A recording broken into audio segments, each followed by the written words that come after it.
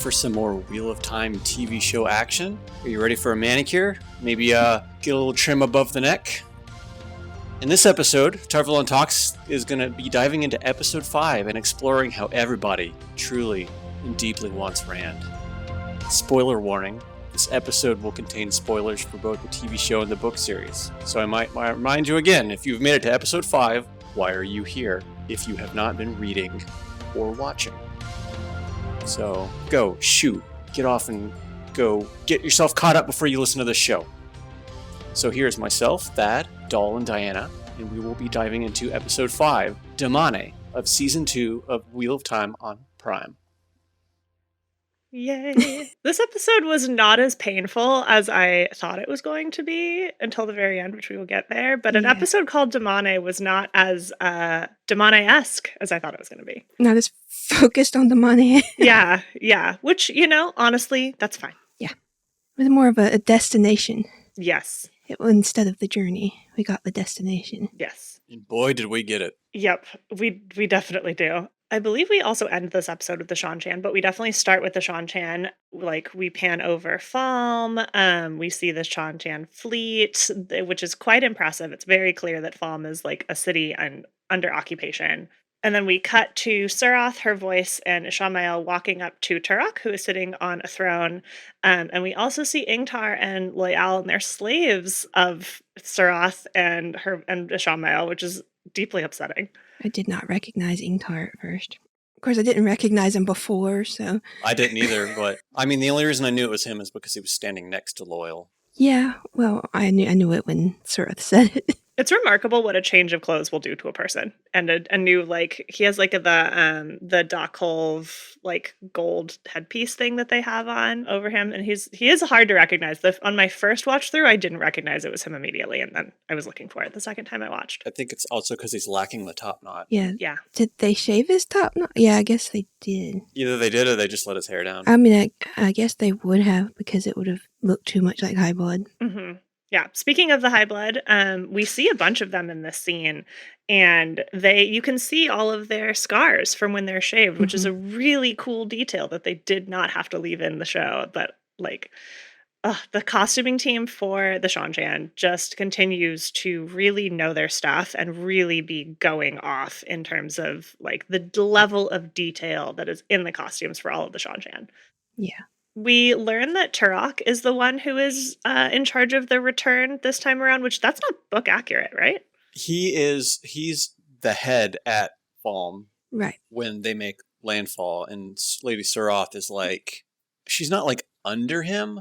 I forget how the Shan-Chan hierarchy works. She's a lower in class. Yeah, she's a lower in class, but she's not completely subservient to him. And this isn't the return yet. This is the Forerunners. The Helene comes in after Falm. Mm-hmm. Because I think they called him the head of the Helene. Did they? Yeah. In the soundtrack, this is called the Helene. Or the Shan-Chan song is called the Helene. Okay. Let me pull it up. I have to remember, because I feel like this was just their first Forerunners, and then the Helene came when Tuan showed up. This is being called the Helene in the show, though, because the Shan-Chan theme is the Helene, is labeled the Helene in the soundtrack. It's a minor detail, it's really sort of silly not to consider it all, but technically the head of the Helene was Tuan before they found out that her mother died. That makes sense, yeah. Which, they do kind of name drop her here. Yes, they did mention the daughter of the 9 moons. They mentioned the Empress. They don't mention the daughter of the 9 moons. I thought they said something about the 9 moons. They said the Empress and her court of the 9 moons. And they also don't say, may she live forever. And I was really annoyed by that. I missed that. Yeah. I don't know if it's not in this scene. Is it? I think it's later on. I think it's when Ishamael is talking to Turok. He says that it's the Empress and her court of the 9 moons. But Ishamael doesn't say, may she live forever, which it's Ishamael. So it's kind of okay that he gets that wrong. He doesn't really care. I don't think he cares enough. No, clearly not. But back to the beginning, back to the cold open. Surath is very clearly in a state of shame. She's ordered to kneel and then banned from court until she is presentable, which means that until her nails have grown all the way back. And a soldier cuts her long two pointer and middle finger nails off with their sword. It's the ring finger and the little I finger. thought it was these two. Is it? She goes like this. I can't remember. Okay, maybe. It's the first two because they like to do this a lot. Yeah. There's something popped into my head that's completely inappropriate. I'm not going to go there. Those are the worst two fingers to have fingernails on. Well, she got a nice manicure, so. In order to keep this podcast PG-13, I'm not going to comment more on that. Yeah, I know. That's why I'm trying to keep my tongue. But you are not wrong, doll. No. That's what they have doc hold for, you know? It's fine. Yeah. Oh, true. It's fine. Children, if you don't know what we're talking about, don't worry about it. You'll figure it out later. This is beyond Pillow Friends talk, by the way. No, it's totally different. Anyway, I did think it was interesting that when Turk told her to kneel, she looked at Shamael before she did, and he said kneel. Yeah, I noticed that too. I was like, you're really like broadcasting that this guy is actually the one who you think is in charge. Little too obvious. I feel like that's more of a play to the audience than, It was, but it was extremely obvious, and even the Shamael was like, just kneel. Just do it. Do it. Yeah. As Shamael comments later, Saroth does not seem like one for subtlety, so She doesn't. Not surprising that she did that out in the open. After she is then sent away, Ishamael says that he's going to give Turok a gift, and Padden Fane and his whistle just stroll up with a box that Turok immediately recognizes as the Horn of Valir.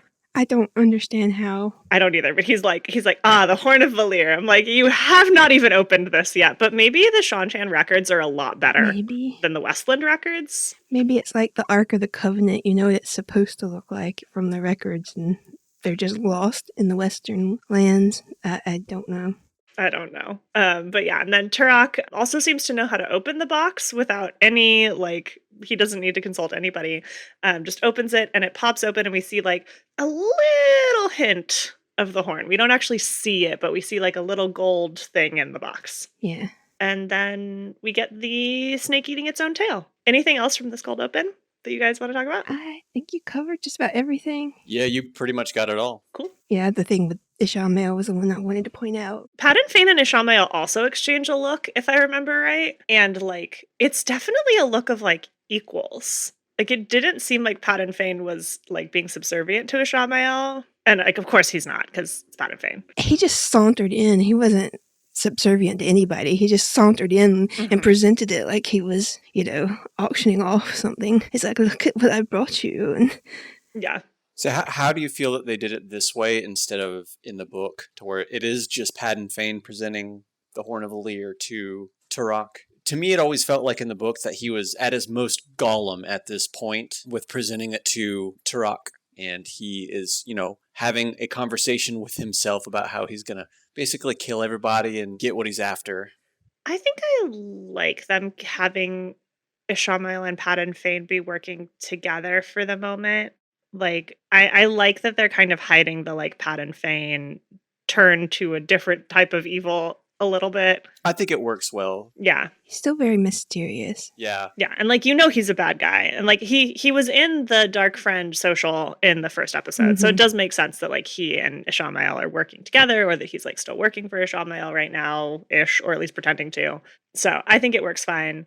Also, Ishamael is very clearly taking the place of Semirhage, because Semirhage was the Forsaken who is with the Seanchan army or Empress in the books. Oh, yeah. I think they're sort of splitting that too. There's a line later on that he says that makes me think that they're going to give Lanfear some of Semirhage's characteristics as well. Yeah, I think so. Which, if they are, then it does make sense that she would be the most feared of the Forsaken. Exactly. As I said last episode, Semirhage is the really scary one. But also, given a line that Lanfear says later, it's pretty clear we're not getting Semirhage in the show, which is fine. She's one of my favorite Forsaken, but I wouldn't consider her super plot relevant. No, I guess it makes sense to narrow the Forsaken down. It's a lot. There's too many. There's too many for a TV show. Let's be real. We can't just balefire them all. Also, especially with them keep coming back. There's too many in the books. Let them die.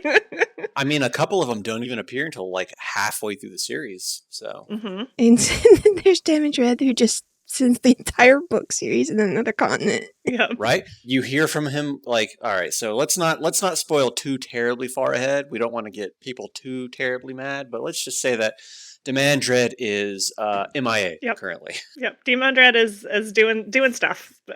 We'll hear from him later. So after the cold open is done and we get the logo, then we cut to Rand and Moiraine running away from Lanfear, basically like stumbling down a mountainside in the middle of a thunderstorm. Moiraine is properly freaked out, which is understandable. She's in a completely you done goofed mood. Yeah, she's like, oh, I screwed up. Rand, we gotta run. And Rand is like, but I need an explanation. It's like, Rand, no, save your breath. Like, you gotta run, bro. No, explanations later. Like, what more explanation do you need? That was Lanfear you were banging. Maybe run away. And then we go to Lanfear, who is like still gushing blood out of her throat, like fingers the wound on her chest, like touches her neck. She is very clearly annoyed. Yeah. About being killed by Moiraine. She calls her a bitch. She calls her a bitch. She like sits up. Yeah, she sits up. You see, no, wait, I'm trying to remember the order of things. Like her wounds are slowly closing the whole time. Yeah. Yeah, we get the close up of the saw in her eyes. Yeah, which looks great. I'm really glad that they did that close up for the people who couldn't really see it in episode 4. Yeah. Like, it was cool to be hinted at in episode 4. Yes, like that is gesturing to himself. But this is really like, no, look, the saw are there. And like, that's super cool. And then we see tendrils of like black power come and surround her, and then all of her wounds are healed and she's totally fine. At first I thought that was blood. Like I thought the blood was like going back into her, and then I was like, oh. It kind of did, because when she sat up off the floor, there was no blood. Yeah. This is our first glimpse of the true power. And I was like, if any show person or book person has any doubt whether or not this landed, immediately my husband turns to me and is like, but there's no version of the one power that's pure black. You said like you didn't put, and I was like, you're right. So for show only people, this works. That's interesting. Yeah. He was very confused. He was like, what's happening? And I was like, she's doing something different. I don't know. He also didn't think it was like Sidene. He was very clear that this was like a pure black power, which was interesting to him. Yeah. Yeah, because we haven't seen Sidene.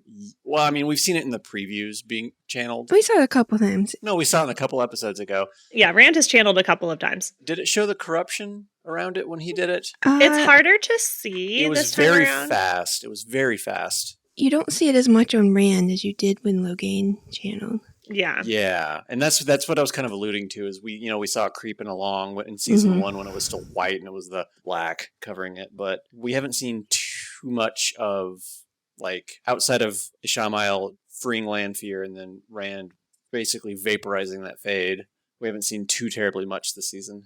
Yeah, and it's visible in that episode, but it is very dark when he vaporizes the fade, so it's really hard to see. It is also slightly visible when he pins Moiraine against the wall, and is more visible there because he's channeling air. Uh-huh. And like that's in episode 4, so it's slightly more visible, but also Rand has a tendency to channel in like short bursts and like not use a ton of weaves, so it's hard to channel or hard to see. I wonder how they're going to show it more and like as the episodes progress, because I have a feeling we're going to get Rand channeling some serious stuff in episode 7 or 8. I hope. Well, I would think though. I would think. So, not to jump too far ahead, but since this season's going to cover most of book 2 and 3, I assume at this point we've got 3 episodes left and we haven't seen any movement towards Tyr yet. We're about to hit Falm, the big thing in Falm. I want to talk about that at the end of the episode, of our podcast episode, because I also have questions. Okay. And it is in my notes. Okay, so we'll put a pin in that and we'll come back later. Yeah. I'm actually going to put a note right now. Where is Tyr? Okay. Lanfear, like, she stands up, she puts on her cloak, and as she leaves the cabin, she has a whole new outfit on. And this is her. She has dropped the Mirror of Mists, which I think is what she was attempting to do when Moiraine stabbed her in the first episode, or in episode 4. I think so, yeah. Yeah, I did not notice that. Yeah, she has like a whole new dress on. It's like black. It's much like fancier. She does look like a noble lady. Like she is embracing her daughter of the nightness. Which we will see more of later. Yes, yes. She's no longer doing in her Moiraine cosplay phase, as I like to call it, where she's wearing all blue. That's funny. Then we get back to Moiraine and Rand. They find this like random stable in the middle of nowhere. I'm assuming at like a crossroads or something. I don't know. They don't go into it too much. The X-ray just said Kinslayer's dagger for that whole thing. So Yeah, I don't know. Some random, really unfortunate lady, poor lady, oh god, who has this stable. Moiraine is like, "Hi, I'm taking 2 of your horses, or 3 of your horses, 2 for us, and you're coming with us." I'm commandeering them, and she waves her ring in her face. Like, I don't think that has the power you think it has. Well, it works. Also, Moiraine kills one of the horses. She just flat out murders it. Just gruesomely, brutally, just slits its throat, and you're just like, what the? Again with Rand's sword. Like, really, Rand, keep your sword away from Moiraine. She's stabbing many people with it. I legitimately went, what the? When she killed the horse, I was like, what? What was it? She said that she can't give her. She can't give her any lead. Yeah, we can't give her an advantage. Like she has to hamper Lanfear as much as possible. Yeah. They could have just taken the horse with them. Maybe, yeah.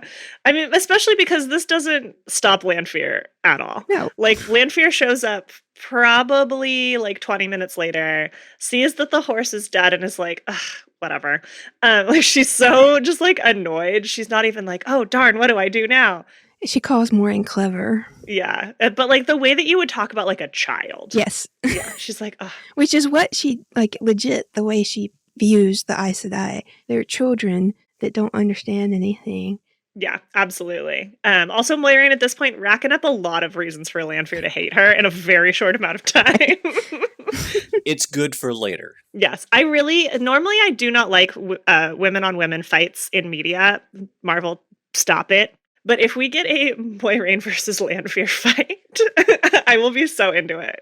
I mean, we have to, assuming they're gonna, fall through the door. Yeah. Right? I mean, yes. Or something. Yeah, I'm very excited for it. It will be one of the few times where I will be okay with it because they're like clearly setting them up as these like rivals essentially for Rand's soul. So I'm into it. This man comes by and is like, oh, like he sees Lanfear and he's like, oh, milady, can I help you? And she's just, I assume this man is the woman's husband. Or I think they're on a road, so maybe he's just a random person. Could be. To quote a Disney movie, poor unfortunate soul. Yep. Yeah. In my notes, I said, oh no, poor man. Yeah. A poor man indeed, because Lanfear beheads him just really casually. Not even beheads him. She pops his head like a hot cherry tomato on a hot summer day. Yep. With a wave of a hand. That is such a beautiful metaphor. Oof. Like she just waves his hand and his head is just gone. Yeah. Just goodbye.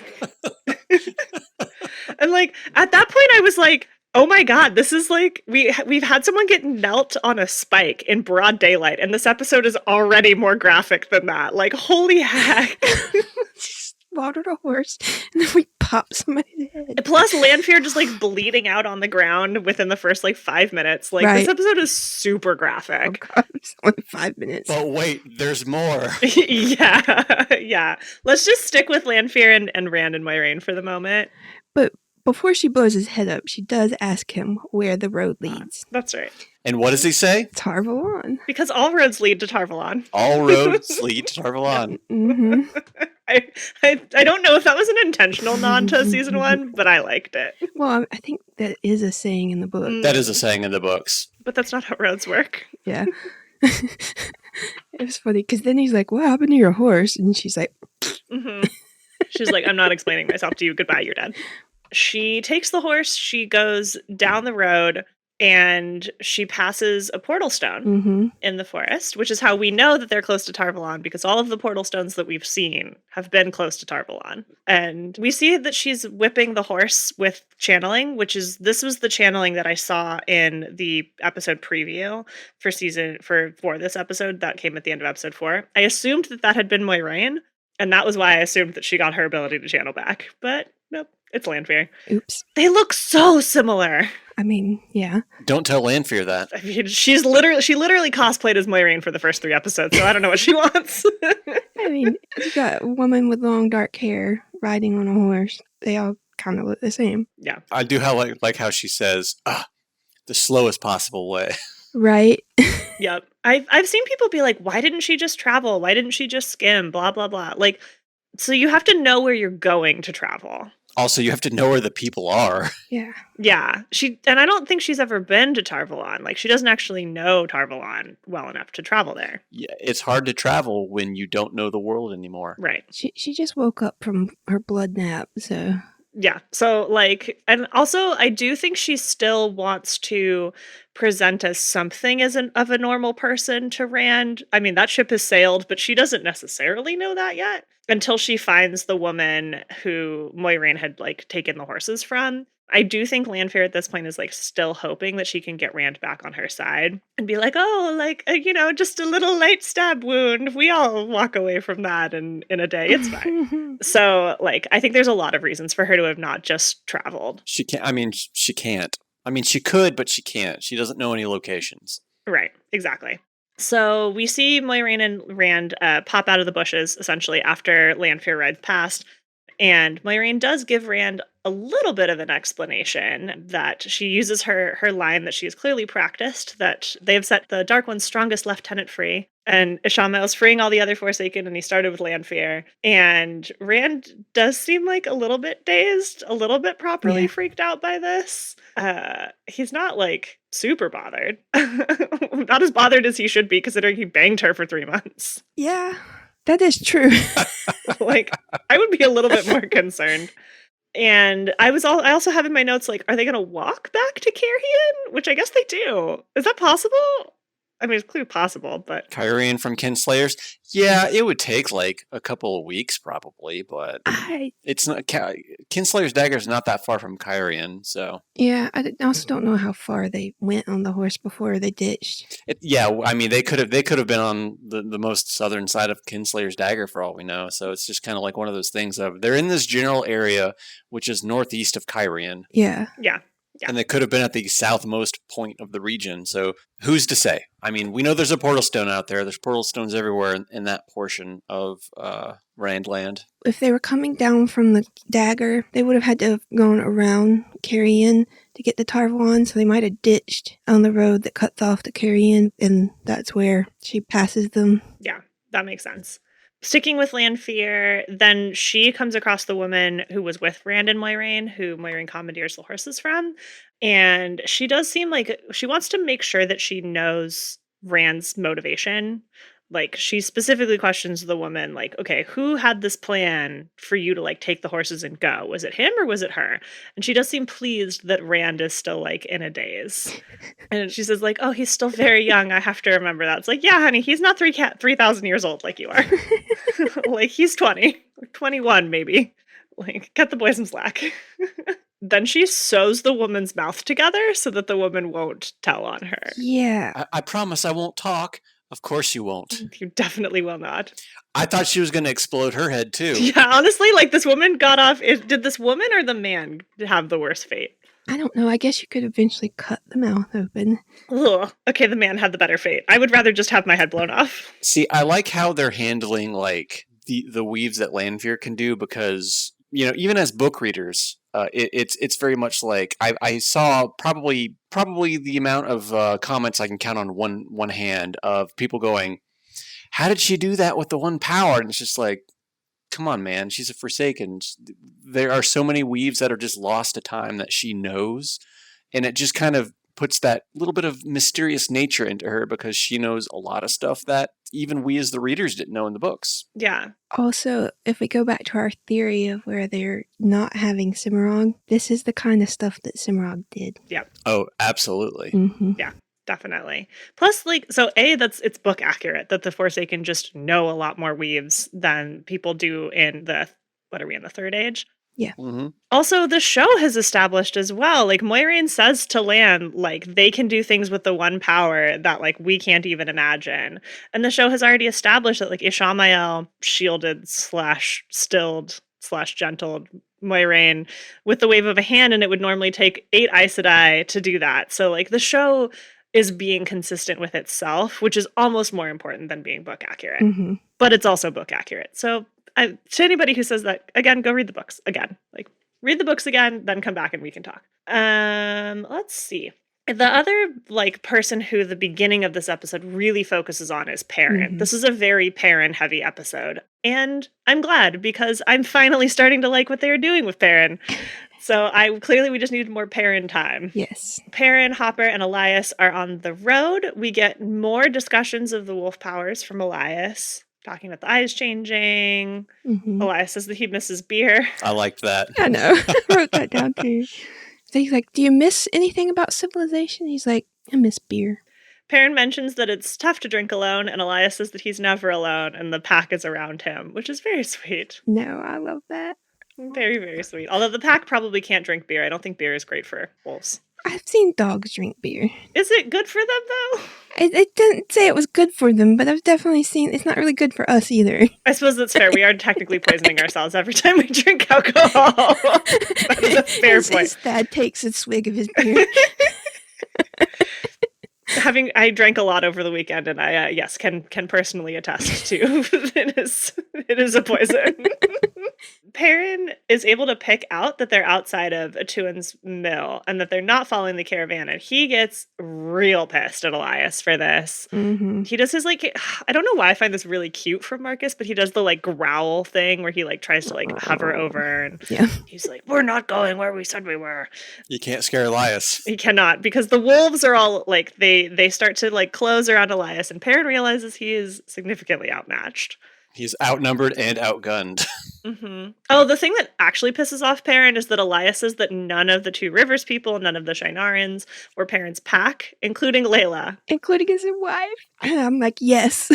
Like, Layla's so not your pack. She doesn't even exist in the book. She doesn't exist. We can just forget about her now. She technically exists in the book. Technically. And as one line. But still, it is technically a real character in the Wheel of Time that they took that one thread and they just go, we're going to do something with that. It was a name. It wasn't a character. Let's get that clear. It was a name. Yeah. A name. That's all. It was a name. If I got to know her better, I probably would have married her, is what Perrin said. If we had gotten to know her better, we would have given a shit. There's our one swear word for the episode. Not wrong. As you can see, I'm still irritated about Layla, and I'm still irritated about how the show is trying to force her on us. I'm like, I don't care about her. No. Should have let that ring float. Should have let it float. Should have let that ring float. I could not agree more, Thad. But this pisses Perrin off. Perrin would be really mad at all of us. And he would walk away from us. Sorry, Perrin. Yeah.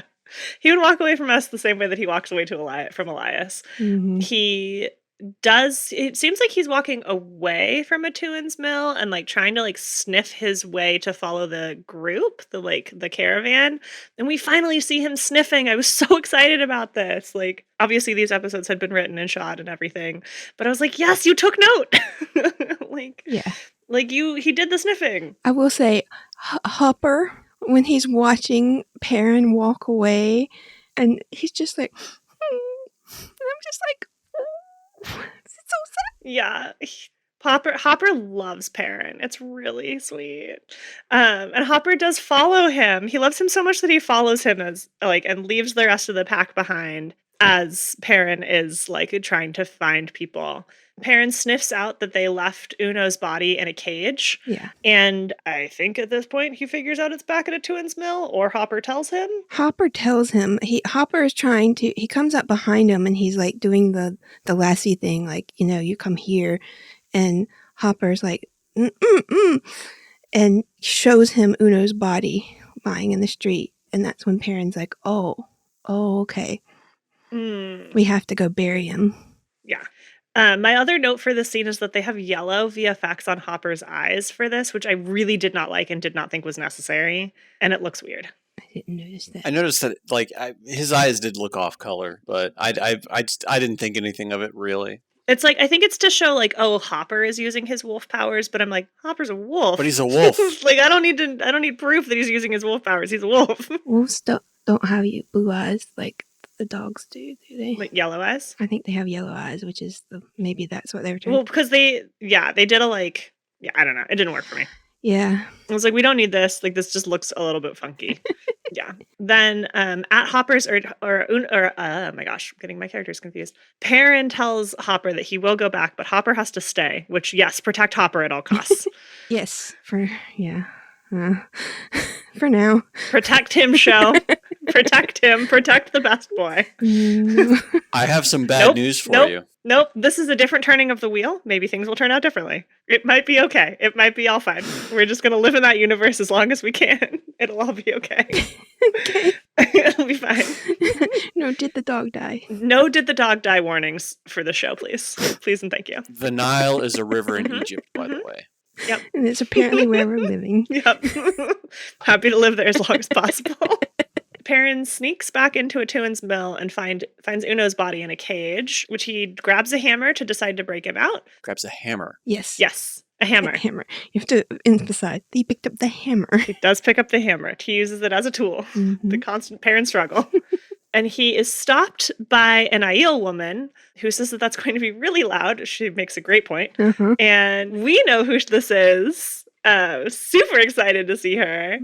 But the show has not yet introduced her, so we will bury this a little. She tells him not to be too loud, Wetlander. Yes. Yeah. Which is how you immediately know that she is Aiel. Uh-huh. And she's wearing the Shufa. Shufa. I don't know. Thank you. I've always said Shufa. I think I've said Shufa too. Pronounce it however you like. The work clothes. Mm-hmm. Yep. And then Perrin is like kind of walking up to her. He's confused. He's like, this is a woman in a cage. This is really weird. And then a helpful man stops Perrin from getting too close and gives her some water instead. Yes, helpful man. helpful unnamed man. Uh-huh. Who seems, friendly enough for a random stranger. Mm-hmm. A little too clean shaven, if you ask me. Mm-hmm. Mm-hmm. He tries to befriend Perrin, is like, hey, come to the inn with me, I'll get you a drink. And as they're walking, he recognizes that Perrin's ring is from the Two Rivers, and he starts calling him Two Rivers, which I think is a kind of adorable nickname. Yeah. Didn't he say he had Two Rivers clothes on or something like that? And I'm just like, it's funny because in the books, everybody was like, the Two Rivers was like this alien nation that was so far in the woods that nobody knew about it, but everybody knew about their tobacco. That's for sure. I think because Perrin is wearing Shienaran armor, and then the show does a close-up of Perrin's wedding ring, which he should have let float, because then he wouldn't have been ID'd as from the Two Rivers. I'm pretty sure the show is trying to say that this man recognizes Perrin's ring as from the Two Rivers. He also asks why the Aiel woman is in the cage, and this man, strange man that we don't know, tells him not to worry about it. Yeah, he's basically like, she was in the wrong place at the wrong time, which seems like a really shitty reason to put a person in a cage, but okay. It really does. I mean, this village did just get sacked by the Seanchan, so I almost don't blame them for being like, strangers, screw you. I also think the next part is really hilarious. This little yappy dog just comes running out of the inn and just jumps on Perrin like, hey, happy to see you. It's so cute. And the poor innkeeper is like, I don't know why she's like this. And it's like, we do. Yeah, we do. Perrin knows. Yeah. And Perrin and this man are just chatting and having a good time, kind of shooting the shit. And then Perrin sees a white cloak behind him, and then also realizes that the man who he's talking to is a white cloak, and understandably is not thrilled about being surrounded by white cloaks, given what happened to him last time. He starts to become a little wary of this man. Yeah, he's like, I'll take my room, thanks, bye, it was nice talking to you.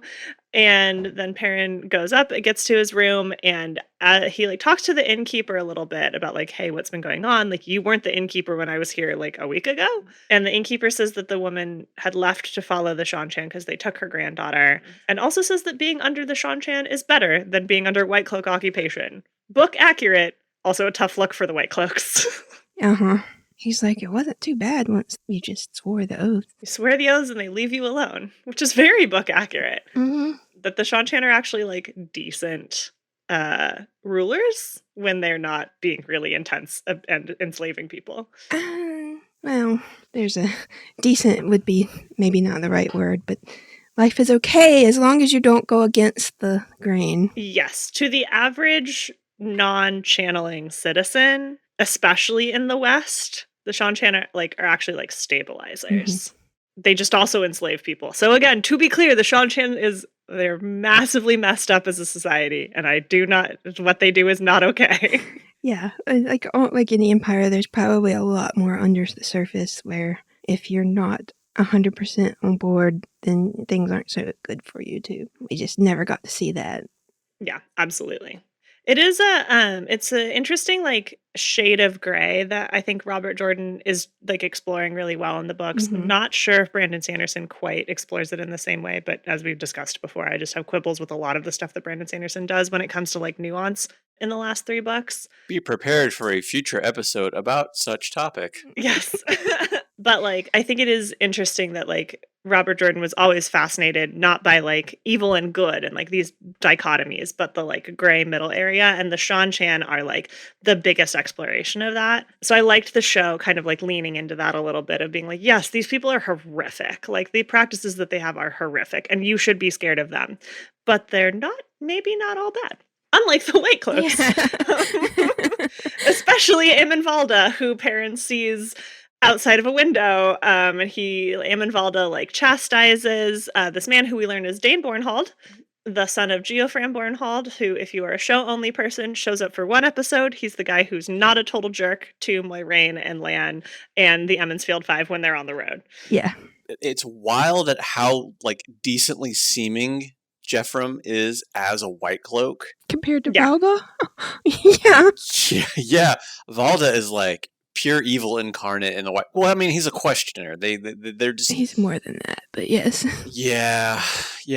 Whenever you see the crook on the White Cloak's cloak, you know to seal your lips. Mm-hmm. Yeah, and like as like we got last season, this season, like we see again with Dane, where like the questioners are just they're not liked. They're not liked by anybody, and they're definitely not liked even amongst the White Cloaks. So. Oh no, it's like say the wrong thing among the White Cloaks, and the questioners take you, and you may not ever be seen again. Yeah, absolutely. Also, I loved Valda's costuming now because he's wearing so much more armor. He's wearing a high-collared cloak.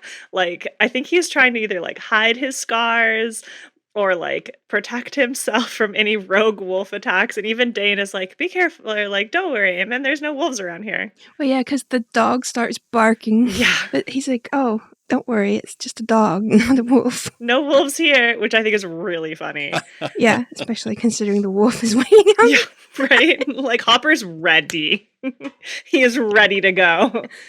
Did we ever hear Jeffrem Bornhold's name in season 1? I don't think so. I don't think so either. We did not. He was just distinct enough visually. Yeah. You would have only known if you looked in the x-ray. But to have the line be of, like, your father's name won't protect you forever, I was like, I feel like this would land more if we actually, like, had learned who his father was, as in had his dad, like, named. I'm guessing we will. I'm sure we will. Considering what's coming. Yeah. Yep.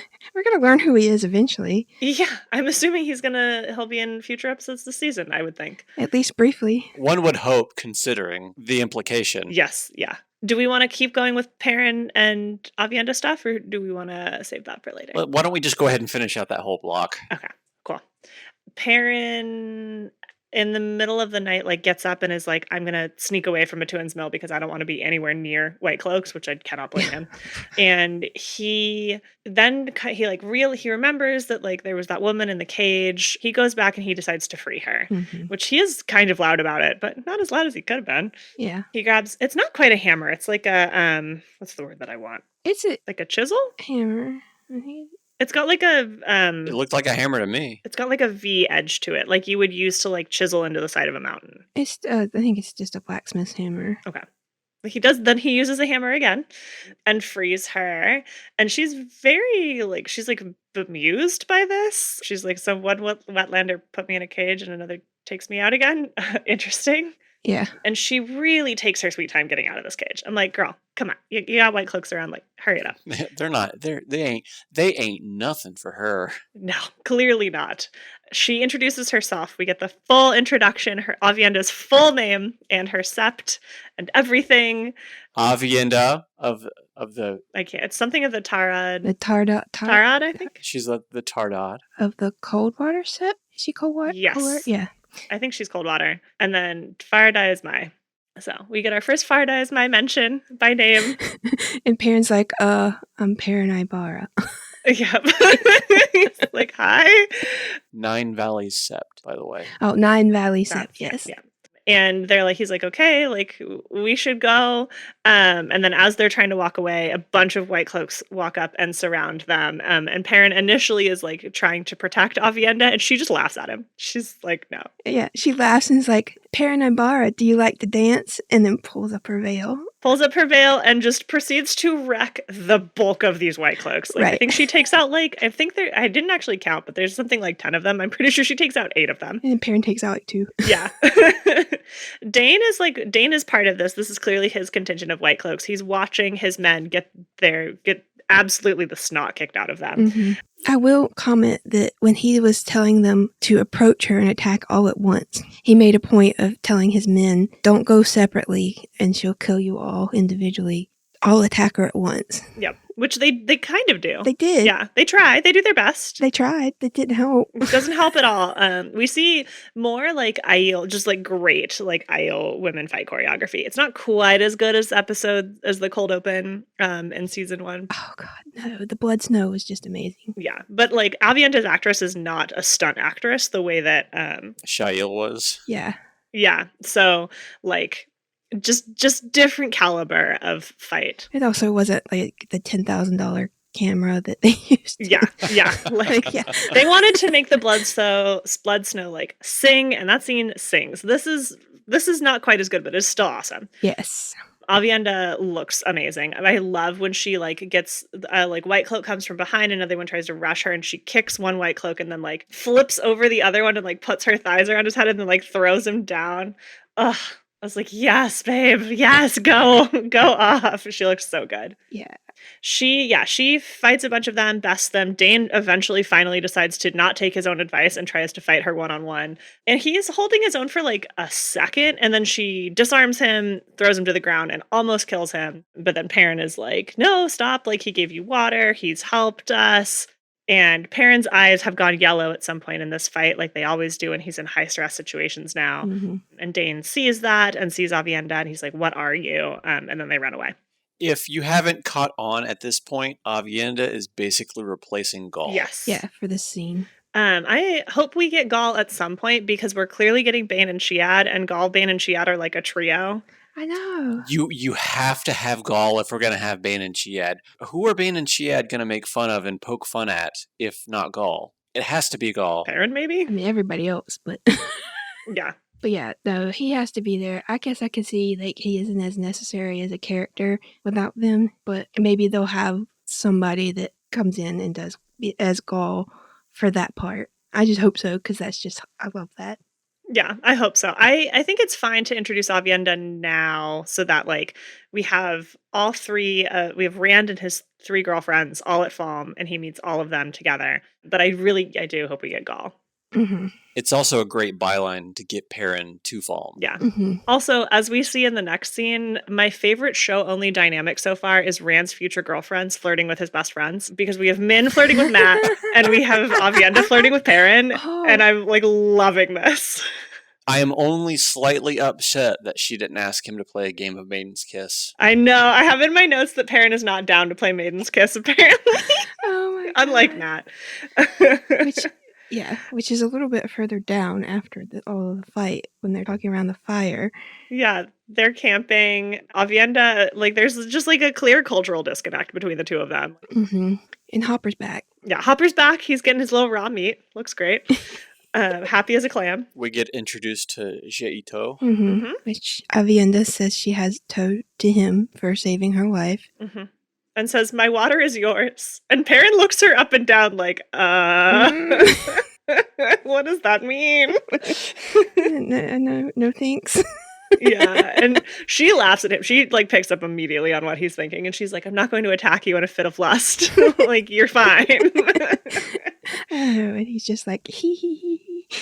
Yep. She makes him so uncomfortable. I find it hilarious. Yeah. This is the best pair up of the season so far to me. Yeah. Like, by far. It's hard to top Ben and Matt, but yeah, this is just hilarious and cute. Well, I mean, In the unfortunate, like, that in this episode we got 0 Matt or Min. Yeah. Yeah. I think next episode might be a heavy Matt episode, hopefully.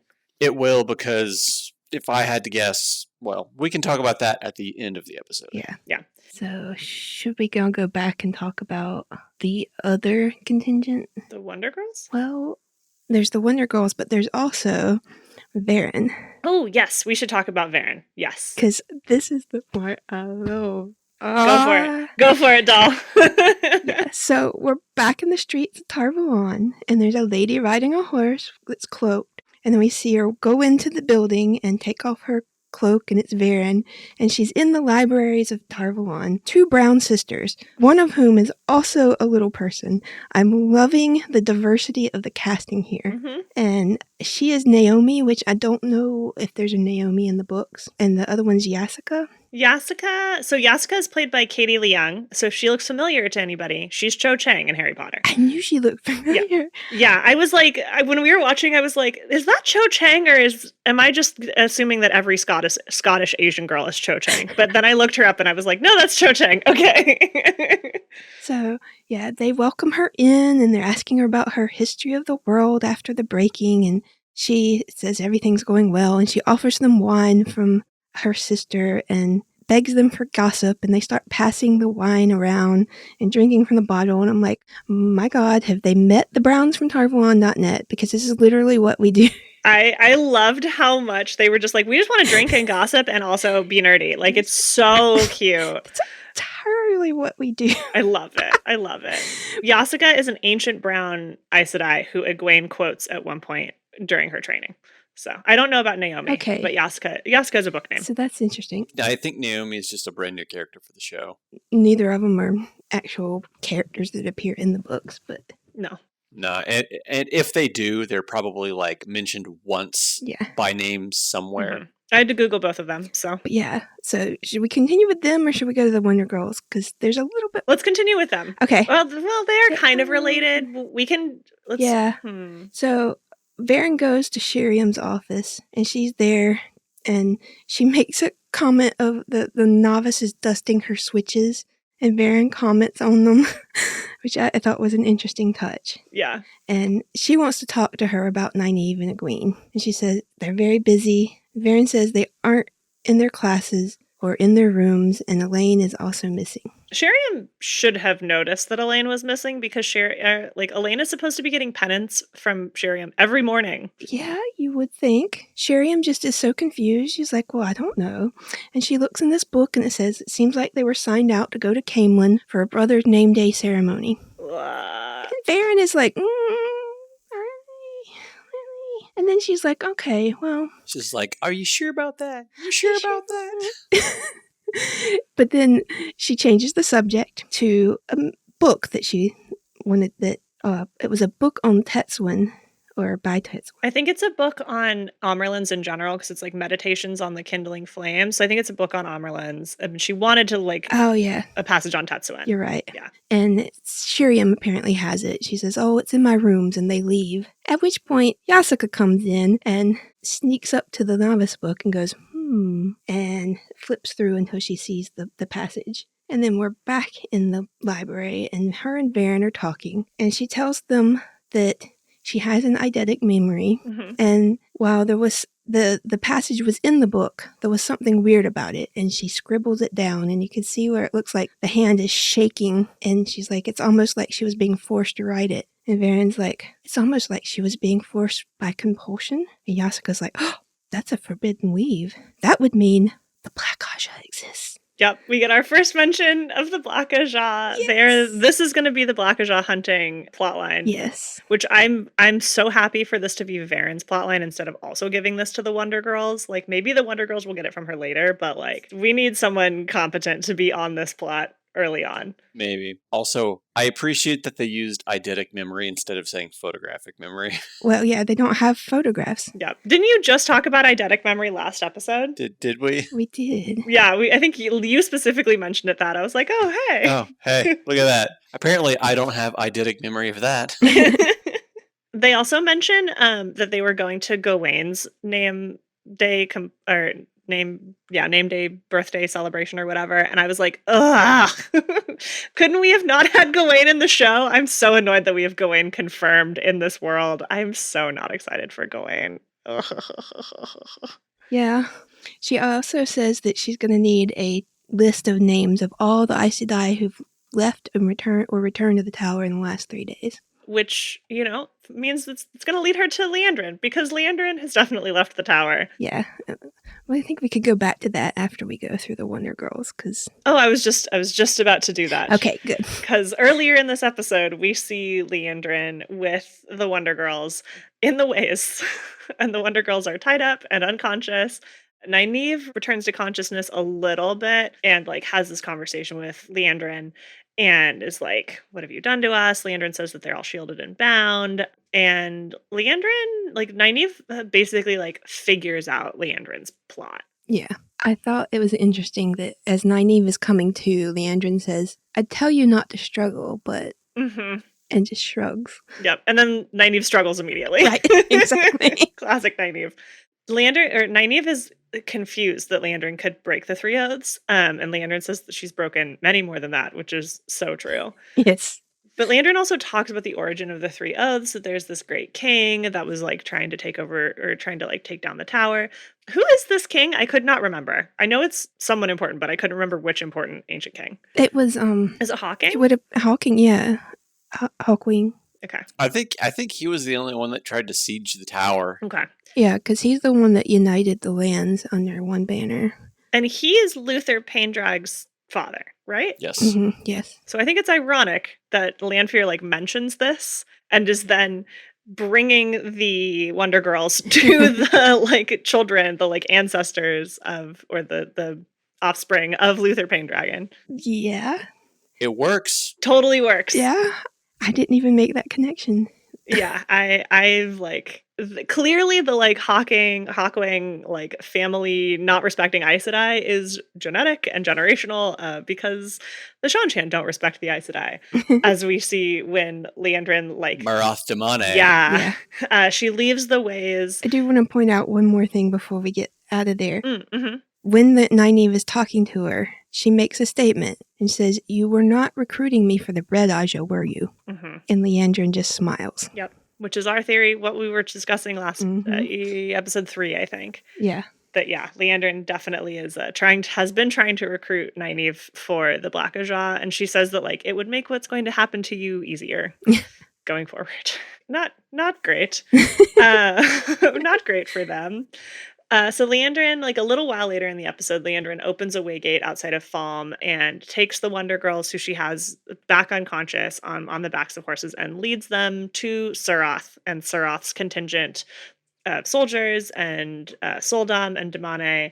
And they have a super interesting confrontation. Mm-hmm. Liandrin was clearly expecting to meet Ishamael there, which I think is hilarious.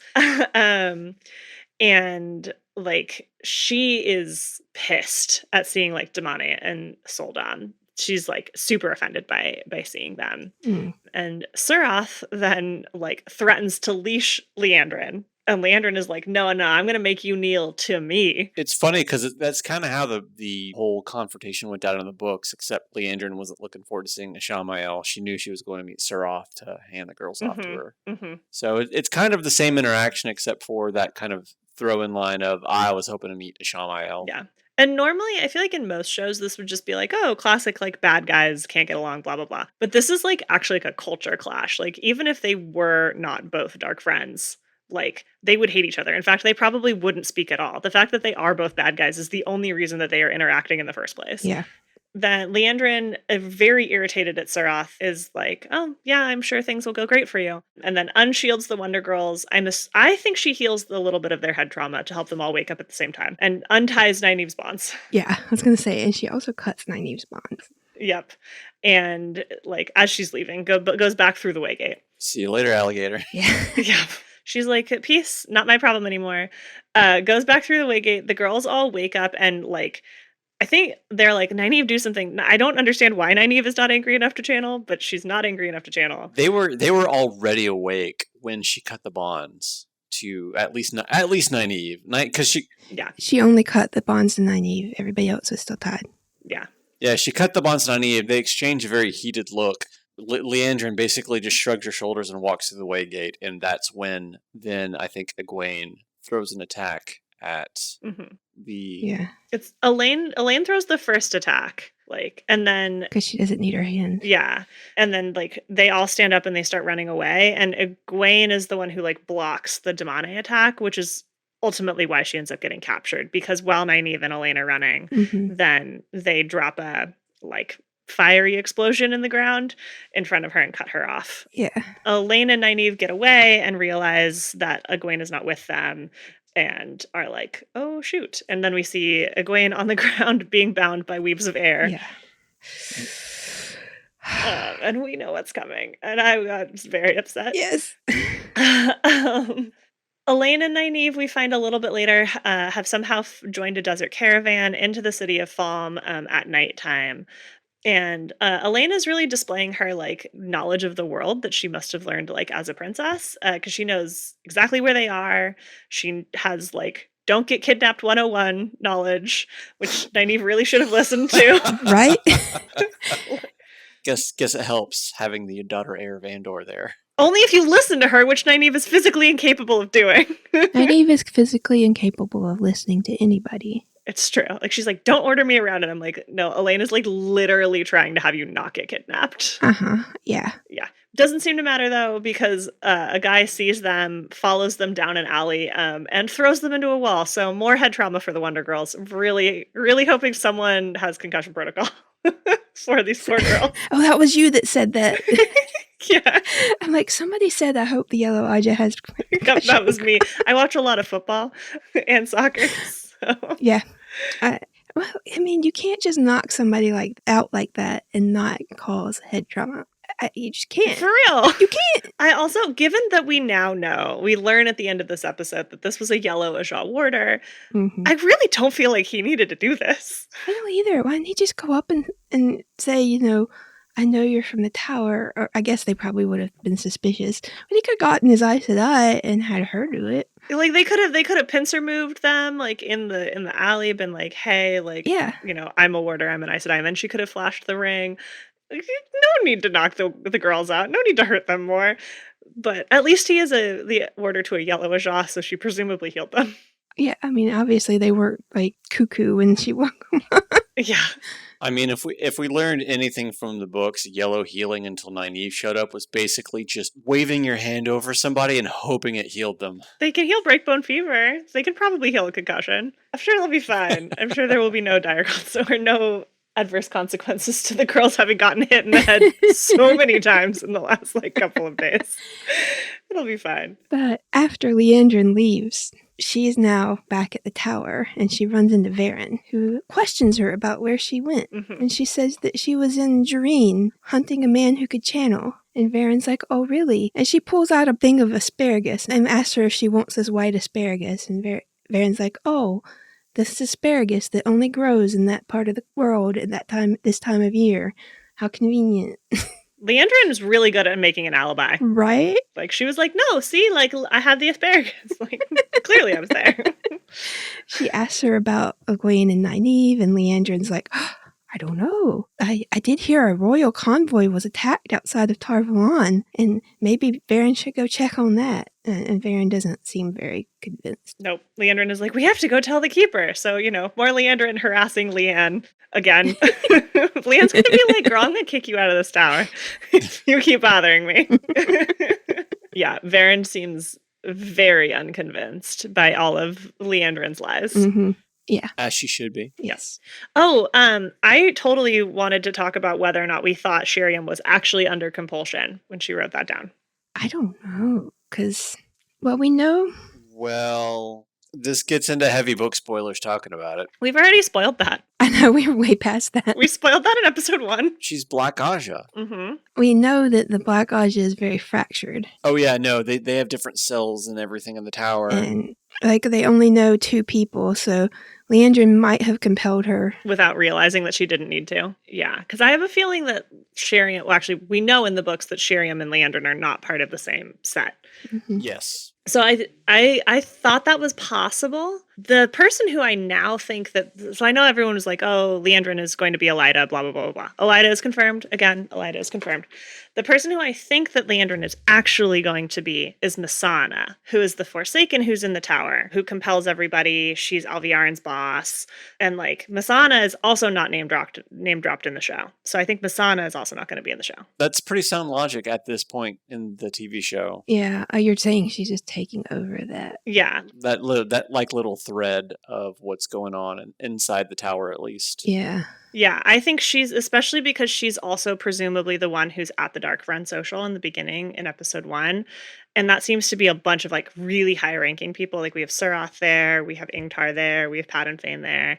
I have a feeling that she's like gonna be the manipulator in the tower. She's the Black Ajah manipulator instead of having it be a Forsaken. I mean, she's been pretty good so far at doing it. She could also just completely take over Alviarin's position and be Keeper, and then keep with the like Keeper and the Amerlin are from the same Ajah. Yeah. Which I like that they didn't do in the books, but yeah, I could see that. Yeah. So that's my theory for what they're going to do with Lanfear going forward. Kate Felding is doing such an incredible job with her. Mm-hmm. I can't imagine that they're going to like heel turn to what yeah. they do with Liandrin in the books. Like they could, but like, why waste her on that? Like let her really like sit in the show for a while and like really be a big bad for a long time and cause problems. So that's my sincere hope.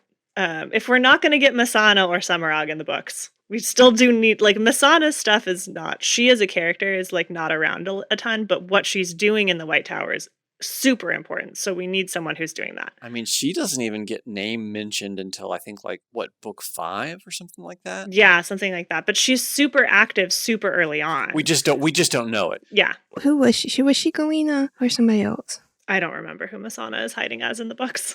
Okay. But that's my theory for what we're doing with Liandrin. Mm-hmm. Then the last plotline of this show, or of this episode, not of the show, of this episode, is Moiraine and Rand. They end up back in Cairhien, and it's now winter in Cairhien, or late fall. There's snow on the rooftops. We see snow falling as we pan back into Cairhien. And Moiraine makes, in my opinion, sort of a wild decision.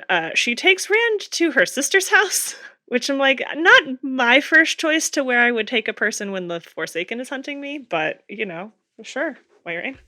Before they get there, though, on the way through the foregate, they're talking about Teleran Riod. Oh, yes, yeah. We get our first mention of Teleran Riod. Mm-hmm. And she says that Lanfear is known for 2 things. Her casual cruelty, which... Check. Shown, which... it's not something she's really known for in the books, which is sort of why we're thinking maybe she's taking over some of Semirhage's stuff. Well, no, I mean, Lanfear always thought herself the master of Teleran Riod, whereas it was always I'm talking about the casual cruelty. Oh, I'm sorry. Yeah. Yeah, the casual cruelty part. I hadn't mentioned the Teleran Riod. The second part was Teleran Riod, which she thinks of herself, even though... Moghedien. Yeah. Moghedien. I was like, it's the other one that I always get Moghedien and... Masana mixed up because of the M's. Mm-hmm. But Moghedien thinks she is, but Lanfear really has the mastery that Masana thinks she has. And that is true. It's the casual cruelty part that is Semirhage. 100%. Yeah, definitely. Yes, thank you for calling that out because it is in my notes and I just totally glossed over it. Well, we've bounced around so much. Yeah. The reason that they're talking about Teleran Riod is because Moiraine is like, we cannot sleep. Like, Lanfear will find us in our sleep. Yeah, we can't go to sleep. We have to stay awake. Yeah. And Rand is like holy crap. Yeah. Moiraine at this point, I think I saw someone do an analysis that Moiraine has been awake for at a minimum 36 hours at this point. Right? Like, let the queen have a nap. Like, Moiraine, please. I did make a note at one point. Long-suffering Moiraine is back at Anvir's palace. Yep. Yeah. Rand asks Moiraine if she can just keep them awake with the 1 power, and she just says no. No additional explanation. No. They go into Anvir's house. Anvir and her son are down in the kitchen, I think tasting food for the royal wedding. Yes. And Moiraine, like, introduces Rand to them, although Anvir's like, we've met. But we had not met Barthanes. Yeah. Who seems like such a sweetheart. I know. This is where I think we're going to get the tie-in with Matt and Min for next episode, is with the whole Barthane plotline, because there's that whole scene with them going to his manor for a party because they're trying to get access to the Waygate in his like courtyard grounds. And I think that that's what's going to happen with Matt and Min, at least, or they're going to attempt to. I think you're right. That would make sense. And then they're going to probably Moiraine will be with them. Not 100% sure how they're going to open that waygate. Are we going to finally see a leaf show? Are we going to finally see the 3-leaf thing? Oh, if she can't channel. Maybe. Yeah. Maybe. But Barthanes invites them both to the wedding. Mm-hmm. And he mentions the Queen Galdrian? Galdrian? Yes. Galdrian. Yeah, we actually get a name of the Queen of Kyrian, so. Mm-hmm. Who was a queen from thousands of years ago? So or a king Galdrian is a king after Laman's death. So he is, in the books, he's the king of Cairhien after Laman dies. Right, but that's like a couple hundred years ago, right? No, that was from the Aiel War. That's why they crossed the Dragon Wall. So yeah, so it's like 20. Right. Yeah. Okay. So in the show, that's canonically 21 years ago. Okay, so that would make sense, but they're making it a queen instead of a king. yeah. Yes. Okay. And then he mentioned something about how Moiraine would be his subject, and she curtsied in the most sarcastic way possible. She's so funny with her family. I honestly would watch an entire spinoff show of just Damodred, or what is their last name? Damodred. Moiraine. Yeah, Damodred family dynamics. See, instead of the Kardashians, we've got the Damodreds. I was about to say. I would happily watch that show. Keeping up with the Damodreds. Please. I would love it. It'd be interesting. Anver is cool. Barthana seems like a sweetheart. Moiraine is so awkward. She doesn't know how to act. I love the math. There's like a 3-second pause when she's introducing Rand where she's trying to figure out a non-lie of how to introduce him, and she just settles on, this is Rand. Which is a really great way to show off that she is not severed from the source. Mm-hmm. She still can't lie. She still thinks she can't lie. We have that conversation with... Still not confirmation. I think it is. Just because she thinks she can't doesn't mean she can't. But at that point, she's like trying to. You can like see her trying to be like, friend. She's trying to come up with an idea. She's just trying to figure out how to describe him without telling him what to say. We don't need that kind of pessimistic outview in this podcast. Now who's living in denial? Yeah, like, I think we all are. Moiraine is not stilled. She's shielded. It's just okay. Like my long-term theory is that they need Rand to learn how to take apart a shield that he can't see. And so he needs to learn that skill from somewhere. That's book 5 content. I think it's like 7. We stopped with the spoilers a long time ago. Yeah. We just don't know how to talk about it. Lanfear shows us how to do that in book 5. Well, no reason that she can't show Rand how to do it in season 2. Well, do you really want Lanfear to catch Rand in season 2? I mean, we'll get there because she does. She does with a plume. But we will get there. We're almost there. Yeah. Moiraine, a little while later, goes back to her room. She's looking at her bed. She can't sleep. I feel so bad for her. And then Anver comes in while Moiraine is like trying to clean herself off, and Anver helps her like towel herself off essentially, and they talk. It's really, really sweet. You can also see the Trolloc scar from the wound on Moiraine like in the mirror, which I thought was a really cool touch. Yeah, that was a nice detail. Yeah. Anver says that Moiraine is lost, which is so true. And they have this great conversation where Moiraine is like, I've like, she lays it all out for Anver basically. She's like, I thought I needed to protect Rand. I now feel like I can't. I have brought him here because I didn't know where else to go, but I've now put you and Barthanes in danger, and like, I don't know what to do. And Anver throws Moiraine's advice back at her and says, like, can you know beyond any doubt that this is actually true? And Moiraine seems to come to this great conclusion of like, oh, maybe Rand doesn't need my protection. And I'm like, I think he does. Maybe a little bit. I really think he does. Maybe. Yeah.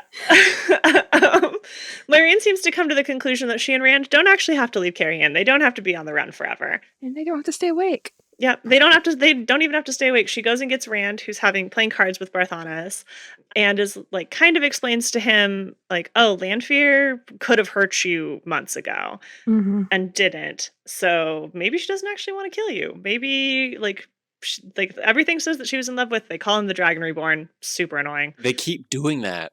Like, Lews Therin is probably technically the dragon reborn, No, he's not. but there would have been a dragon in the first age, presumably. No, there would have been a person with his soul in the first age. The dragon was Lews Therin's title, period. Okay. Well, it's really annoying me Yes. that they're getting that wrong. Yeah. In the previous age, he earned the title. That was like a new thing. He is the dragon. Got and it. now he is the dragon reborn. Right. And they seem to just be calling Rand the dragon, but Lews Therin as the dragon reborn is very confusing. Yeah. I wish they would stop doing that. So, like, she says, like, oh, she finally explains, oh, yeah, Lanfear was in love with Lews Therin. Mm-hmm. And, like, maybe she's in love with you, too. And Rand is like, well, I did think that she wanted me for several months, but now I don't know. And I'm like, she probably still does, Rand. Yeah. Also, Rand, you declared your love for her, like, a day ago. Yeah. So I think you probably still want her, too. I don't think you've heel turned quite that hard. Yeah. I mean, because Moraine's the one that did it, and then they ran off. All he has to do is claim that, she manipulated him or something, and he just got away from her or something. We'll see. Yep. The very next scene is the most creepiest scene in the whole show. It depends very much on who you ask. I thought it was hilarious. Well, it is both hilarious and creepy. It was pretty funny because I was like, where are they going with this? Because Rand is laying in bed. Rand is laying in bed, and Ishamael starts stroking his face. It's just like very tenderly, like. Yep. He not only he cradles his face. Yep. I'm just like, what in the world is going on? I was like, what is this? There is a joke in parts of the Wheel of Time fandom on the internet. I was telling Very about this before the show, that every single one of the Forsaken wants Rand. And I really appreciate that the show seems to be making that canon. I would be afraid to go on AO3 right now and look up Rand slash Lanfear because the threesome is implied. Very is very empathically telling us not to do it. Don't do it. Don't or do. Or do. You'll learn some stuff that Alana was trying to teach Egwene in episode 1. I can't wait for next season where we see Lanfear bust out of a flaming carriage going, who is Veriendha? It looks like she kind of knows how to share Rand, at least with her friends, in this scene. Well, with men. Sure, okay. Except it wasn't actually Rand; it was her. It was not actually Rand. Yeah, we realize it like very quickly that it's Lanfear. She's wearing a ton of eyeshadow, and she has like a super short hair relative to how she actually looks. She's got her goth era. Mm-hmm. She's got like a cute bob. She kind of looks like a goth business lady. Like, honestly, still looking amazing. I was going to say she was in her manic pixie girl phase. She's not quite manic pixie dream girl. No, this is definitely like dominatrix in the boardroom, Lanfear. This is Cimarog / Lanfear like mashed together. Yeah, because she's wearing like a collared like sleeping shirt, like a long sleeping shirt. I do love that they continue to have the Forsaken wear like modern day clothing, more or less, much less medieval looking than anything that is worn in the rest of the show. Yeah. They speak in Old Tongue to each other, and they're just sort of like reminiscing about the past. They make fun of this new age for having queens. And there's like so much sexual tension between the two of them, like old sexual tension. I'm like, you guys have banged. They've banged. Well, I mean, yeah. I'm just sure I would believe it. Yeah, I feel like Dark Friends maybe, I mean, not Dark Friends, but Forsaken or maybe one giant polycule. Maybe. Also, if anyone is going to be, it's going to be Lanfear. Yeah. Like she had her heart set on Lews Therin, but she's probably freaky. Well, if anybody's going to be, it's going to be Grandon. Absolutely. That's true, actually. Who we get a mention of, and I was so excited. Lanfear talks, like, Ishamael's like, do you know why he woke me up first? Do you know why the Dark One only talks to me? And she's like, yeah, because the others suck. Like, Grendel is a vain idiot. Moghedien, what did she call Moghedien? Moghedien's insane. And the boys couldn't follow a plan if they were compelled to. I was only slightly like off-put that he called himself basically the lieutenant of the Dark One and not Nameless. They haven't quite gotten to Nameless yet in the books by book 2. Were they speaking English or? When they were speaking originally, they were speaking in Old Tongue to each other. So I don't know if he actually said. But at that point, they had switched. Yeah, then they switched. Yes. Okay, I couldn't remember. Yeah, it was like the first like paragraph was in Old Tongue, Yeah. and then they switched Yeah. to English. So this is why I've been saying this whole time, Semirhage and Masana are not going to be in the show at all, because Yeah. like Lanfear specifically calls out two of the women. The two women, the only other two women statues who we saw in season 1 was Grendel and It's Mogedion, pretty obvious who Grendel was. because I screamed about it. Mogedion's also pretty obvious. She has a spider like somewhere very prominently on her statue. Yeah. I thought we saw Cimarog, but maybe not. I don't think we did. I think we saw one other woman, and like she had like a long neck, and we were all like, "Oh, that's probably Lanfear." It's all about the slender neck. Yeah. Yeah. I don't think we saw Semirhage or Masana. I think we only saw Grendel, Lanfear, and Mogedion. I would want to go back and rewatch that scene. It's one of my favorite scenes. But Yeah. and she just says the boys, so it'll be interesting to see which of the boy Forsaken continue to get included in the show. Obviously, Agenor and Belal? No, not Belal. Bothell. Bothamo. Yeah. Yeah, those are the two I get confused. Well, because they were in the book for 2 minutes before they died. They're gone. Yep. Two whole minutes. Yeah, they basically got smoked immediately. Yep. And only one of them came back. Yeah, Ravin has to make it. I would think so. Ravin feels like he's going to be pretty important for season 3. And I feel like Asmodine is as well. Asmodian was a statue, so we're definitely going to get Asmodian. If they were talking earlier about with what they have talked about so far, Asmodian has to make an appearance to kind of teach Rand, because we can't lean on Logain forever. Or at all. Can't lean on. Also, Thad, your theory about the seals representing the Forsaken that haven't awoken yet seems to be very accurate. Like the seals are all over this room, and as they are talking about who has been woken up yet and who hasn't, like either Ishamael or Lanfear like runs their hands over the seals that are in this room. Boom! It was like as soon as I saw season or episode 1, I was just like, that's immediately what this is, because 2 are down because 2 are free, and we've got the rest to deal with. Yeah. I would have to go back and look at that. I did not notice. Yeah, it was right outside the Dark Prince Ocean. Yeah, and then in this scene as well. Yeah, in this scene too. Well, no, that's the what I meant. Like I noticed it in the you pointed it out last time, but then they talk about Rand, and a dream version of Rand shows up in bed looking so sweet and unbothered. Just the happiest boy. Just so happy to be being watched over by Ishamael and Lanfear. Probably not accurate to how Rand would feel in real life. And they talk about Ishamael's plan for the Emmons Field 5, which Lanfear seems very well informed about. She knows that he is about to collect Egwene and Nynaeve. She knows that he has some sort of plan with the boys. Ishamael says that Mat was born his, which, how dare you continue to slander my baby? What does that even mean? Right? I guess it means he's dark soul or something. Ugh. I don't like that. I don't like it. I hated it in season 1. I hate it now. Yeah, that's like maybe he's referring to the dagger and like I don't know. I'm not even gonna go down that rabbit hole. It annoyed me. And then he talks about how like, oh, he's gonna use the wolves to like manipulate Perrin to him, and once they have Rand isolated, then Rand will break and Rand will be theirs. Honestly, a decent plan. Not a bad plan by the Forsaken in the show. It's not bad. They're talking a lot more than the Forsaken in the book would. I'm okay with that. Yeah. I you know what? Honestly, I like it a lot more that we're getting the other side of the veil a lot more in the show, because in the books it was so few and far between, and whenever they did meet up, they were basically at each other's throats the entire time. Right. You know, not to say they weren't here, but we're getting a lot more bad guy interaction, which is always nice. Yeah. It's good to have a like villain monologue, but at other villains.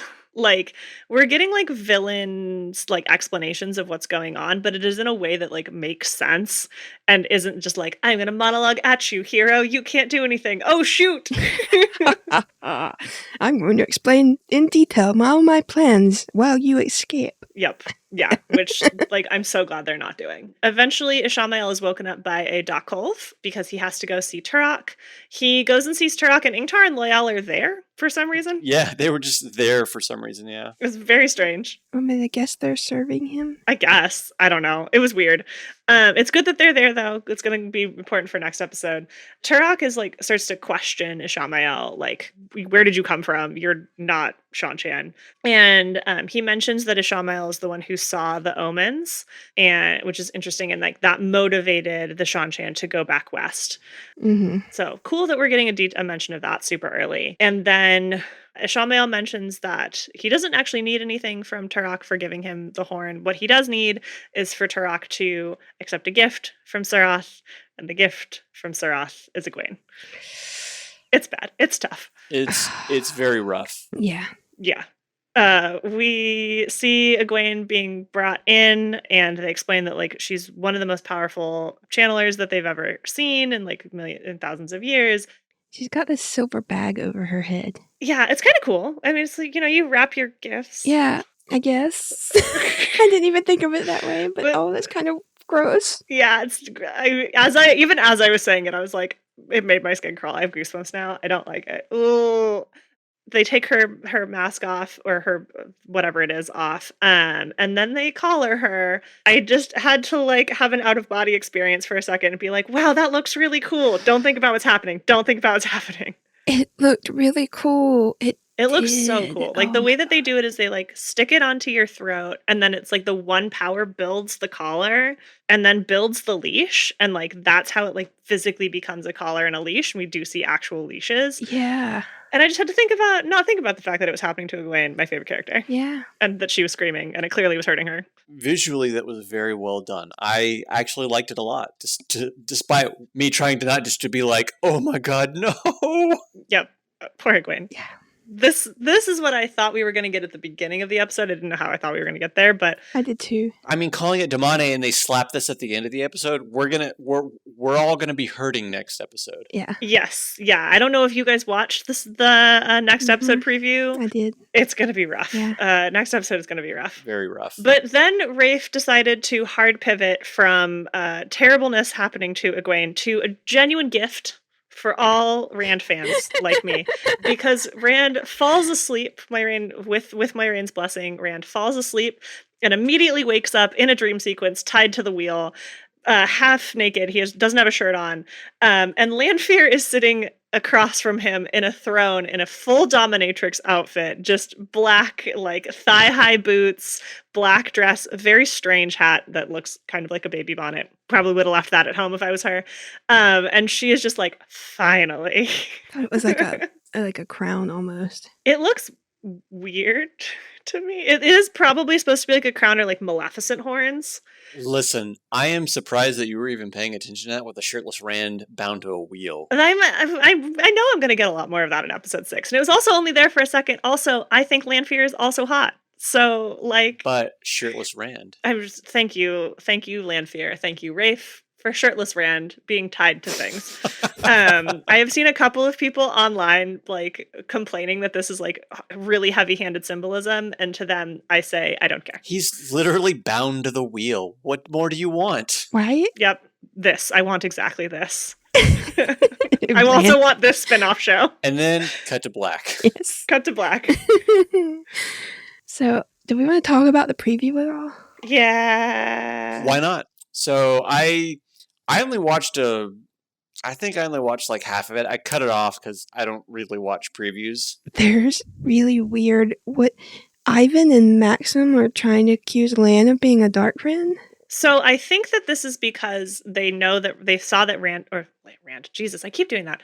They saw that Lan had the poem. Oh. And they don't know why he has the poem. And so they're like, if you're sworn to Lanfear, you're not going to leave. Oh. That's what I think this is coming from. Okay, that makes more sense now. I was also thrown off at first, and then I was like, oh yeah, but they had the poem and they read it, and they're like, why does Lan have this? Yeah, okay.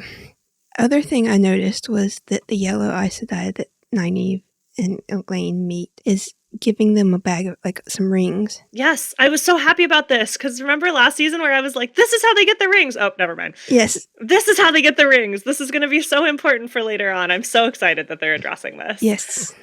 Giving the Wonder Girls the rings that they need to go off and do all of their Wonder Girl nonsense outside of the tower. Yeah. The other thing that we're going to see is the Soul Dom who's training Egwene. is Renna, and is played by the non-binary actor who I thought was going to play Galad, and I'm clearly wrong. But but who is in the show? It's Sheila Mendez-Jones, who is awesome. And I mean, clearly they're playing a woman, but like it's cool to get non-binary actors in TV. More of that, please. We also should talk about, as we put a pin in it in the beginning, when are we going to Tyr? Next season. I think the approach to Tyr is going to happen at probably episode 7, episode 8, because I feel like at JordanCon this year that Rafe mentioned that like he didn't, he kind of heavily hinted at Tyr would happen this season. The way that they hinted at it was like they were on a set that looked like the Stone of Tyr, and they were like, we're going to be here in season 2, and we're also going to be here in season 3. I think that set was from Falm now. Because they said they're going to be there in season 3 as well. So. No, we're going to pick back up with the aftermath of Falm. It doesn't make any. They did say they were going to do books 2 and 3 in season 2, and then book 4 in season 3. The only thing I can imagine is that we're going to get a very brief introduction to Tyr in episode 8, because based on the titles, the next episode is something about watchful eyes or something. It's Eyes Without Pity. Eyes Without Pity. So I'm guessing this is going to be still mostly Falm. Mm-hmm. It's going to be more of what we thought we were going to get in this one, because apparently Domine was the destination and not the not the journey. Or the journey, yeah. Because the following episode is called Days de Mar, which is Game of Houses, which is... Right, which is obviously we're going back to Kyrian, and then we have to be in Falm. So they're... Yeah, and they also like hinted again that like the battle in the sky was going to be quote unquote the last battle. I really wish the show would stop hinting at our final battle for every season is going to be quote unquote the last battle. Like, I'm like, this is annoying. The books did that too. The books did, but it is a thing that they did because Robert Jordan didn't know how many books he was writing. I mean, that's fair. Like, the show doesn't need to do that. Like, the fact that I know Ishamael is the father of lies, don't rely on him as a reliable narrator, but the fact that Ishamael is the one who's like, the last battle is going to happen in the sky and blah, blah, I was like, shut up, no! I know he said he didn't know how many books, but based on the outline, the end of book 3 was supposed to be the end of the first book. Yeah, true. So, but then that means that Toman Head wouldn't have been the last battle anyway. Right, no, but it was supposed to be, like, they were setting it up. I think they set it up in a way so that if they ended it there and he didn't get picked up for more books, it would... But they knew, oh yeah, for more books. For the show, though, like, for the show, this doesn't make... Like, they've already been, like, they were renewed for season 3 before, like, they even really started filming season 2. Like, they could have modified the script. Well, you've answered your own question. It's a whole unreliable narrator situation. Yeah, it's just annoying. There's that, and just because you have been picked up for a 3rd season is not the same as being greenlit for production. And there are plenty of shows that have had offers for extra seasons that were dropped before production starts. Fair. Well, I'm glad that's not happened to Wheel of Time. They were in production for season 3 before the writer strike happened. The strike, yeah. And actor strike happened. So now they're on pause, but... So we will see season 3 in about 4 years. Yeah, probably. I mean, it was already going to be probably another year and a half. Yeah. So. Yeah. So it'll be a while. But I do think we're going to go to the Stone of Tyr this season. Maybe we end with the Aiel sacking the stone. Maybe that's like the end of episode 8. That would be super fast. I mean, but... Considering that we have to travel across the entire continent. But we have waygates. We have portal stones. It could be like the way the Shan showed up at the end of episode or season 1. Do we need Rand and the party gang at Tyr for the Aiel to be ransacking Tyr? We do need him to get Kalendor. He has to meet the Aiel in order to have it make any sense for him to go to the Waste. Yeah. I'm very confused about why we are still, like, why it doesn't seem like we're really making major progress towards the battle in Toman Head. The battle at Toman Head is going to be the end of the season. That is, I mean, unless they start doing 1.5-hour episodes. I mean, the first 2 episodes of the season were 70 minutes each. Mm-hmm. As was this one. Who's to say they won't take it further, you know? Yeah, they could. They totally could. We're not going to get the battle on Toman Head until the last episode. Yeah, probably. But like, this is what I was saying, like when we were talking about season 2 and they were talking about doing seasons 2 or books 2 and 3 together, I was like, Toman Head is going to be what episode? Like my original theory was that was going to be episode 6. Yeah. Yeah, we all thought it was going to be the like middle of the season. Yeah, and I was like, that's a weird place to have, like a weird thing to have in the middle of your season of a show. Because our final episode of the season is called What Was Meant to Be. Yeah. And that's the battle at Falm. Yeah, presumably. So we'll see, but I'm like very much like TikTok where's tier, guys. Like we gotta get there like quickly. Mhm. And like I don't really remember a lot of what happens in book 3. I remember it's like a lot of walking around still. So to cut that out's fine. They've been cutting a lot of that out in the book 2 as well. I mean, a lot of book 3 was kind of that, more or less. But I mean, the whole point of book 3 is for Rand to get Kalendor. Right. That is the reason of book 3. So there's no way in 3 episodes that we're gonna do the battle at Falm, travel all the way back across Randland, get to Tyr. Literally the other side of the continent. Yeah, Yeah. which is literally. Yeah. And he's gonna pull Kalendor at the end of the season. There's no way. I think we're gonna get a hint of it towards the end of the season, but maybe we're not going to see it. Not yet. Yeah. Yeah. It would be like traveling from Seattle to Miami. Yeah. I would not be surprised if we got a kind of, setup like with the end of season 1 with the whole Shan Chan thing of we get kind of a shot of inside the Stone of Tyr and we see Kalendor. That could be. That's what we're going to get with, oh yeah, we're going to Tyr this season. Yes, technically, but not really. Yeah, that's what I was saying earlier. Like, it's going to be like a spoiler tag at the very end of the season where we just get to see something. Yeah. Yeah. So I think we're going to see Kalendor, and we're going to see how Kalendor looks because it's the sword that's not a sword. So I can't wait. Yeah. It's got to be crystal. It's got to be CGI. Like, It has to be. Yeah, it's got to be like probably crystal made out of resin and then like CGI'd to like glow and flicker and look cool. yeah. Yeah. I'm excited. I'm excited for Kalendor. Even though Kalendor causes nothing but problems for Rand.